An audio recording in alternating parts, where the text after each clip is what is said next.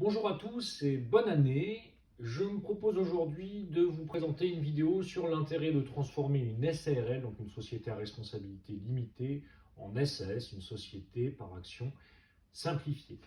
Il peut y avoir plusieurs intérêts à le faire. Tout d'abord, la possibilité pour une SARL d'avoir de multiples associés est limitée, puisque pour une SARL, il y a 100 associés maximum, alors que pour une SAS, il n'y a pas d'associés maximum. Donc on peut tout d'abord avoir un intérêt en termes de nombre d'associés à basculer d'une SARL à une SAS.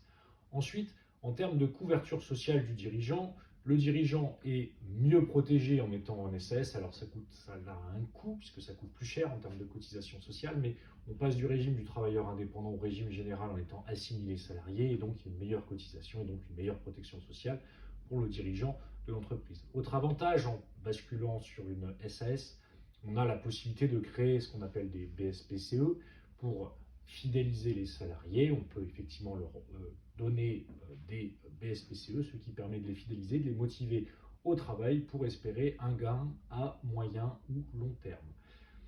Ensuite, et on pourrait en citer d'autres, l'avantage de basculer d'une SARL à une SAS, c'est qu'on peut mettre une personne morale dirigeante de la société, ce qui permet d'avoir un mandat rémunéré en mettant par exemple une société holding présidente de la société filiale, ce qui va permettre de remonter de la trésorerie assez régulièrement dans la holding, et ce qui permet, lorsqu'il y a par exemple un LBO, c'est-à-dire un leverage buyout, de faire remonter régulièrement de la trésorerie dans la société holding pour financer la dette d'emprunt d'acquisition.